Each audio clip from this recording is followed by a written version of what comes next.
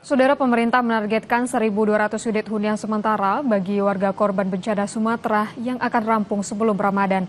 Pembangunannya melibatkan sejumlah instansi seperti TNI Polri. Menteri Pekerjaan Umum Dodi Hanggodo bilang huntara untuk korban bencana Sumatera ditargetkan selesai pada pertengahan Februari 2026. Selain TNI Polri, pembangunan huntara turut melibatkan BNPB hingga BPI dan Antara. Hunian sementara menjadi salah satu upaya pemerintah pada fase rekonstruksi dan rehabilitasi di 3 provinsi terdampak banjir bandang dan longsor 25 November 2025 lalu.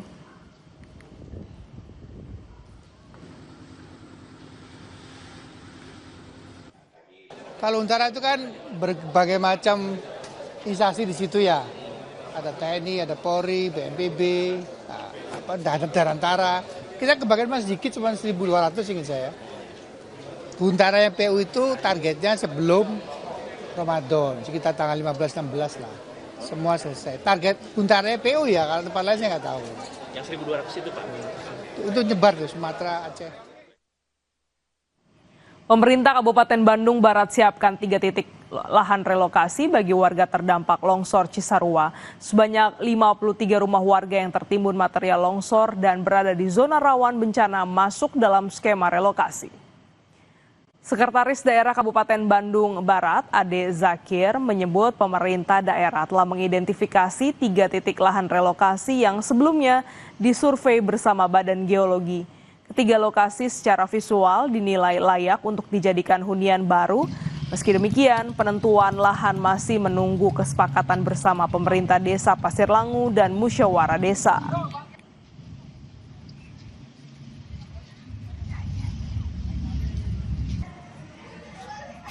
Titiknya kita sudah identifikasi yang secara visual barangkali ataupun diskusi ringan dengan geologi aman.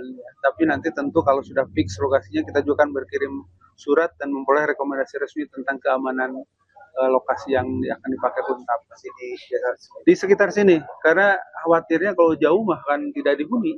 Kemarin sudah 3 titik tanah kas desa ya yang kita survei oleh teman-teman di Perki. Menindaklanjuti kritik Presiden Prabowo Subianto soal sampah dan spanduk liar yang semrawut, sejumlah wilayah di tanah air mempercantik wajah kota, mulai dari menertibkan spanduk, membersihkan fasilitas umum, hingga menormalisasi saluran air.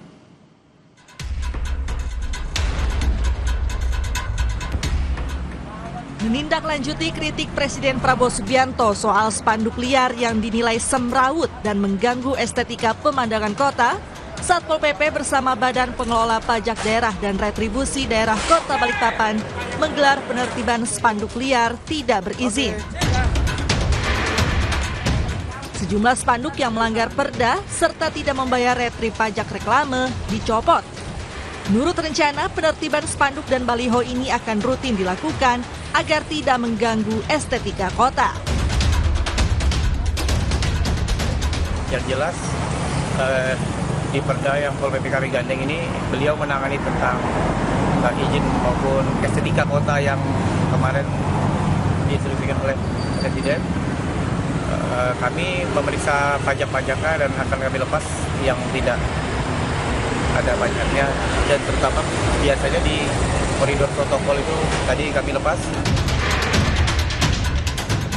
Sementara di Makassar, Sulawesi Selatan, Kodam 14 Hasanuddin menggelar karya bakti skala besar yang difokuskan pada pembersihan fasilitas umum, normalisasi saluran air, dan penataan lingkungan permukiman warga. Alhamdulillah semuanya kita bisa jangkau, sampah-sampah, kemudian maupun di kanal juga kami sudah cek, kita sudah bersihkan semuanya. Insya Allah ini manfaat dari kita dan untuk masyarakat. Dan ini juga himbauan dari Bapak Presiden kita agar kita ciptakan lingkungan yang bersih, nyaman, dan rapi. Sebelumnya, Presiden Prabowo Subianto mengingatkan, persoalan sampah dan semrawutnya reklame di ruang publik dapat mengancam sektor pariwisata nasional. Ia pun meminta para kepala daerah untuk segera menertibkan lingkungan di wilayah masing-masing demi menjaga daya tarik wisata Indonesia. Tim Liputan Kompas TV.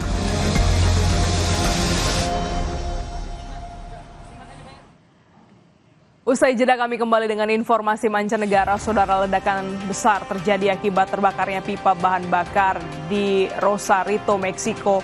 50 warga dievakuasi.